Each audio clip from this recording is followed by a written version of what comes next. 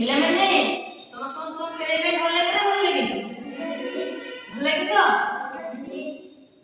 ଆଜି କଣ ଖେଳିବା? ଆଜି ଗୋଟେ 1 ଠାରୁ 6 ପର୍ଯ୍ୟନ୍ତ ସମସ୍ତେ ଗଣିବ, ତା ଭିତରେ ଯିଏ ଭୁଲ କରିବ ସେ ଆଉଟ ହେବ।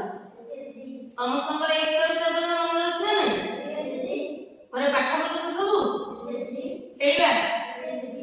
ସମସ୍ତେ ଏଗ୍ରି କହିବ, ଯିଏ ଭୁଲ କରିବ ସେ ଗେମ୍ ରୁ ଆଉଟ ହେବ। ଆଙ୍କ ପାଖରୁ ଷ୍ଟାର୍ଟ ହେବ ହେଲା। ପୁଣି ତମେ ବୁଲି ବୁଲି କହିବ, ଯିଏ ଭୁଲ କରିବ ଯାହା ପାଖରେ ଯିଏ ଭୁଲ ହେବ ଆଉଟ ହେବ, ତା ପରଟା ପୁଣି ଏକ କରି କହିବ। ଜାଣିପାରିଲ ନା ନାହିଁ?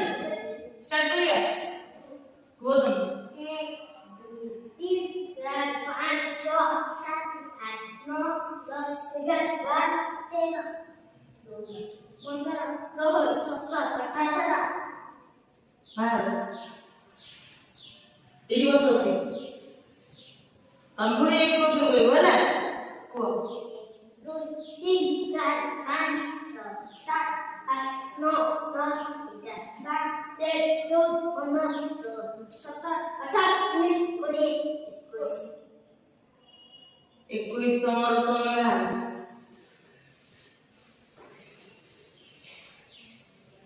ତମେ କହିଲ 1 2 3 4 5 6 7 8 9 10 11 12 13 14 15 16 17 ତମେ ଆସ କହିଲ।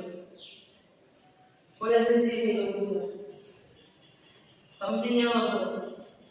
ଷ୍ଟାର୍ଟ ହେବ ତମ ପାଖରୁ ହେଲା। ତମେ କୁହ।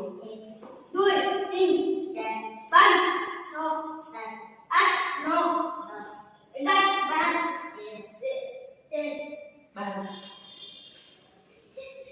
ତମେ ତିନି ଜଣ ଝିଅ ସବୁ ଫାଷ୍ଟ ଜାଣିପାରୁଛ ତ? ଦେଖିକି ଖେଳୁଥିବ। କୁହ ତମେ।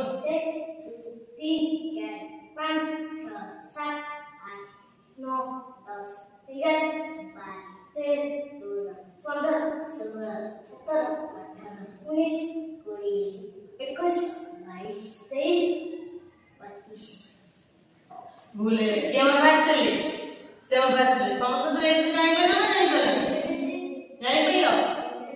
ସମସ୍ତେ କିଛି ନା କିଛି ଭୁଲ କଲେ ସ୍ପିଡ୍। କିନ୍ତୁ ସମସ୍ତଙ୍କୁ ଏକ ଦୁଇ ଆସିବ ନା ଆସିବନି? ଆସିବ ତ ସମସ୍ତଙ୍କୁ ଏକ ଦୁଇ। ସମସ୍ତେ କହିପାରିବ? ଯାହାକୁ ପଚାରିବି 45 ଭିତରେ କେତେ ଟିକେ କହିଲ? କାହା ଦିକେ ଆସିବ? ଏତେ ମୁଚି ସେ କହିଲେ ଠିକ କହିଲେ ନା ଠିକ କହିଲେ? ଠିକ କହିଲେ ତ? ମୁଁ ବି ଯାହା ହଉଛି 7 କହିବ। ଟିକେ କହିଲ 68 କେତେ କେତେ? ତମେ କୁହ। ଠିକ କହିଲେ ନା ନାହିଁ? ଟିକେ କହିଲ 96 କେତେ କେତେ? ତମେ କୁହ। ଠିକ କହିଲେ ନା ନାହିଁ? ଟିକେ କୁହ 33 କେତେ? ତମେ କୁହ। ସେ ଠିକ କହିଲେ ନା ନାହିଁ? ତାହେଲେ ସମସ୍ତଙ୍କୁ ଏମିତି ଆସିବ। ଆସିବ ତ? ଆଉ ଏମିତି